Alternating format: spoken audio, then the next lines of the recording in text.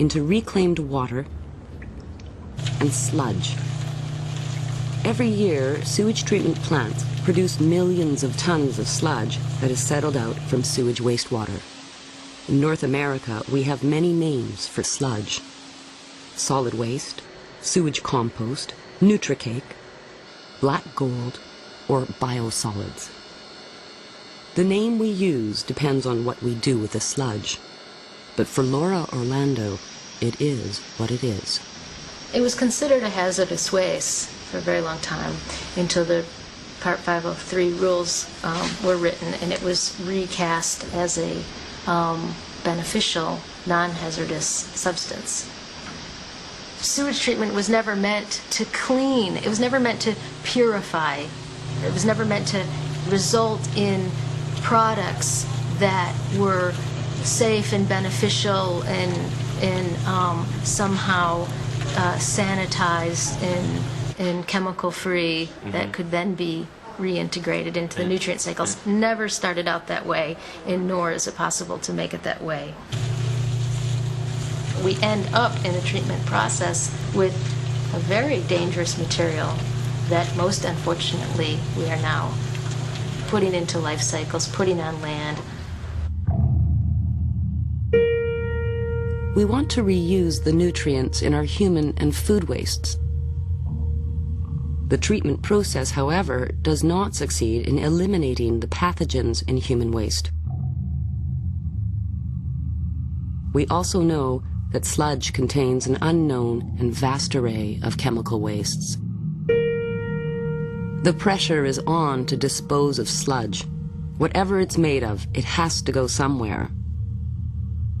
Almost half of the sludge produced is applied to farmland.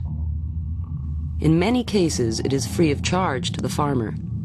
It is touted as a soil conditioner, but no one really knows what's in it.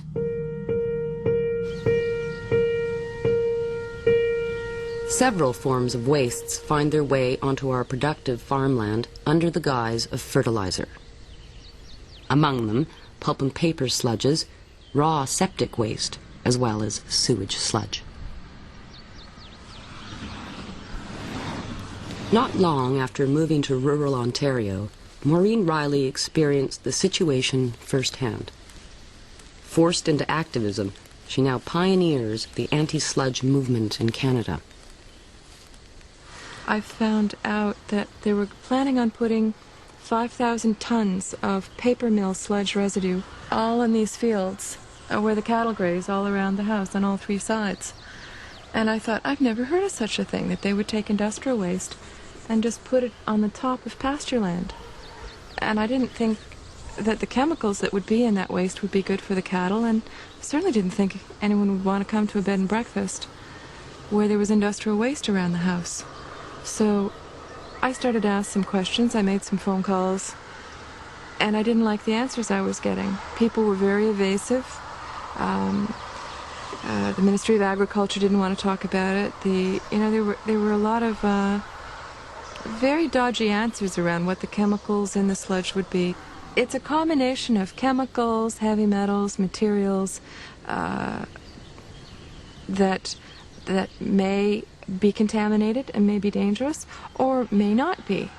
But the problem is, no one's testing that before they bring it out to the countryside. The farmer doesn't know what's in that truck. And maybe there is no farmer. Maybe the waste hauler owns that field, and then no one's really looking. So it was really, though, when I'd asked some questions, and then the waste hauler came knocking on my door here after dark one night to tell me really what would happen to me if I didn't stop asking questions. That I really knew that the management of these wastes out in the countryside were quite out of control.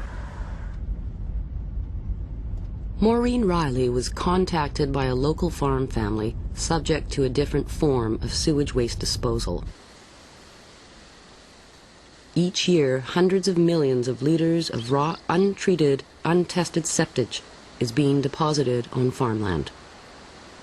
Septage is human and household wastes pumped from individual septic tanks.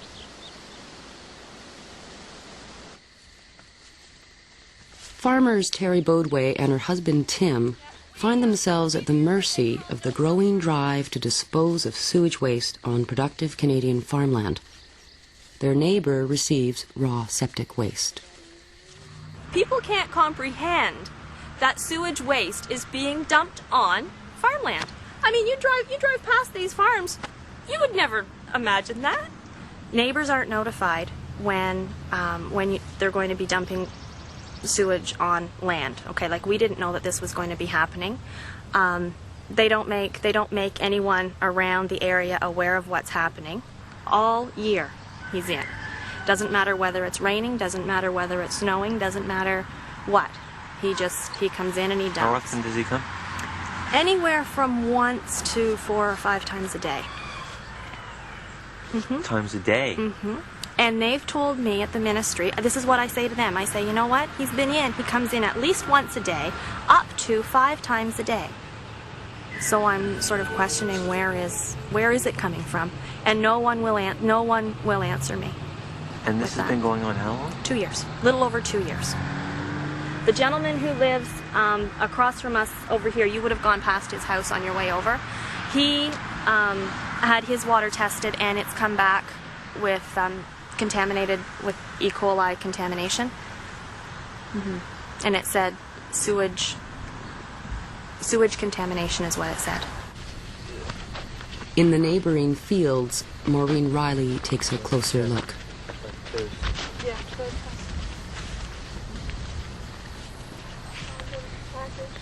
There's a possibility that they could be growing. Well, they could grow crops for human consumption on this field. I don't think I'd want to eat vegetables grown on here. We don't know what was in those pump outs, what kind of toxic cleaning fluids, and could be almost anything.